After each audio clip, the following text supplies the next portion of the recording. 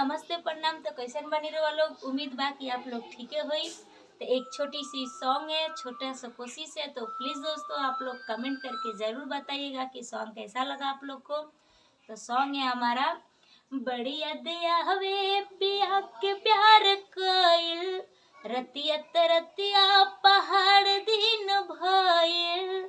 बड़ी अदया हवे पिया के प्यार कइल, रतिया तरतिया पहाड़ दिन भइल। का कहीं हमरा करे चदल गड़ के, दिलवा ले गइल राजा बोतल में भर के। दिलवा ले गइल राजा बोतल में भर के। तो 4 दिन में गवना करवले बेदर्दी, छूटल न रहे गवनवा के हरदी। सर्दी में गवना करवले बेदर्दी, छूटल न रहे गवनवा के हरदी। 4 दिन रहल मन रह गइल हर के, 4 दिन रहल मन रह गइल हर के। दिलवा ले गइल राजा बोतल में भर के। दिलवा ले गइल राजा बोतल में भर के। बढ़िया दियावे पिया के प्यार कइल, रतिया तरतिया पहाड़ दिन भइल। बढ़िया दियावे पिया के प्यार कइल, रतिया तरतिया पहाड़ दिन भइल।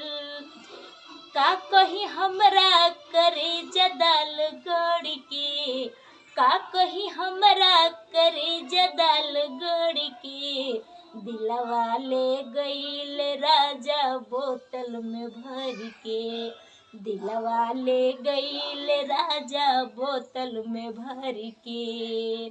सर्दी में गवना करवले बेदर्दी, छूटल न रहे गवनवा के हरदी। सर्दी में गवना करवले बेदर्दी, छूटल न रहे गवनवा के हरदी। 4 दिन रहल मन रह गइल हर के, 4 दिन रहल मन रह गइल हर के। दिलवा ले गइल राजा बोतल में भर के। दिलवा ले गइल राजा बोतल में भर के। तो प्लीज़ दोस्तों आप लोग कमेंट करके ज़रूर बताइएगा कि सॉन्ग कैसा लगा, और एक प्यारा सा कमेंट में अपना आशीर्वाद ज़रूर दीजिएगा। नमस्ते प्रणाम, हर हर महादेव।